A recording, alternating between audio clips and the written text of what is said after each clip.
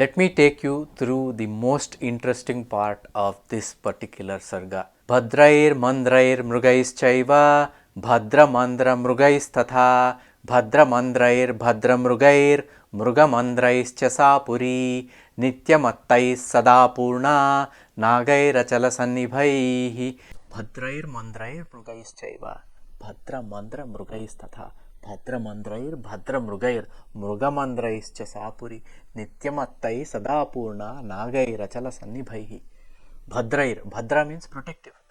By protective elephants, Mandrair means what? Gentle, gentle elephants. Mrugai, wild elephants, Chaiva, and also Bhadra Mandra Mrugais, interbreeding of protective, gentle, and wild ones.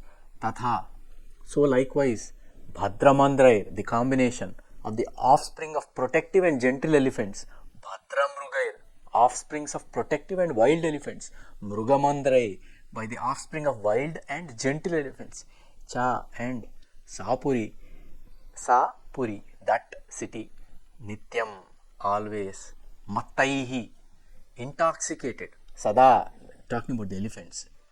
Always. Purna, full. Nagair, with elephants. Achala Sannibhaihi, resembling like immovable mountains. These elephants were so massive. This verse describes Ayodhya as being perpetually filled with various types of majestic elephants. Bhadra meaning protective, Mandra meaning gentle, Mruga means wild, and their interbred offsprings. These elephants, likened to immovable mountains in their grandeur, contributed to the city's vibrant and dynamic atmosphere. And what does it tell us? This is the most exciting part. Essentially, this portion is talking about one of the oldest written experiments on interbreeding among animals and an artificial creation of genetic diversity.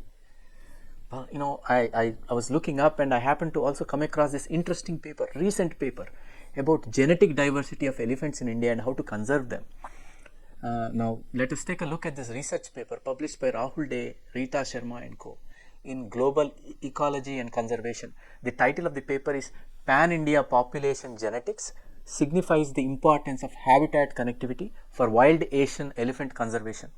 This study aimed to understand genetic diversity and structure of wild Asian elephant populations across 4 ecoregions in India.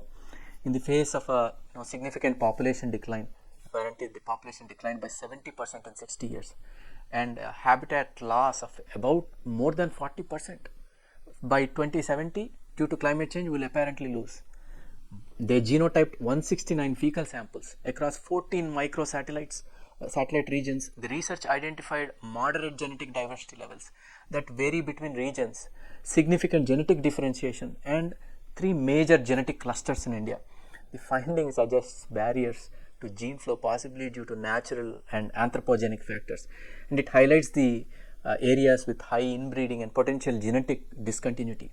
So, this study apparently was the first comprehensive assessment of genetic diversity and conservation needs of Asian elephants across India's 4 bioclimatic regions.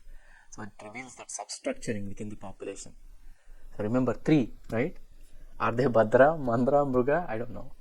The research prioritized conservation units based on their contribution to global genetic diversity, demographics, existing connectivity, and vulnerability to climate change induced habitat loss, advocating for protection of identified corridors to ensure effective elephant conservation. So, what were these people doing in Ramayana? It was a type of artificial genetic conservation. Elephants were the pride of the city of Ayodhya. It might be interesting if someone does genetic studies of their lineages per se. What are these Bhadra, Mandra, Mruga type elephants? And when did this first large-scale genetic diversity expansion take place? That might give us a clue of the age of when Ramayana was written. I keep telling this. Our ancients didn't live in huts and cottages while they wrote Ramayana. They had examples of the cities.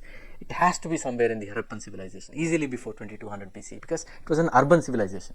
Post 2200 to 700 BCE, currently attributed to Ramayana seems incorrect to me. But these genetic studies of elephants could provide an important clue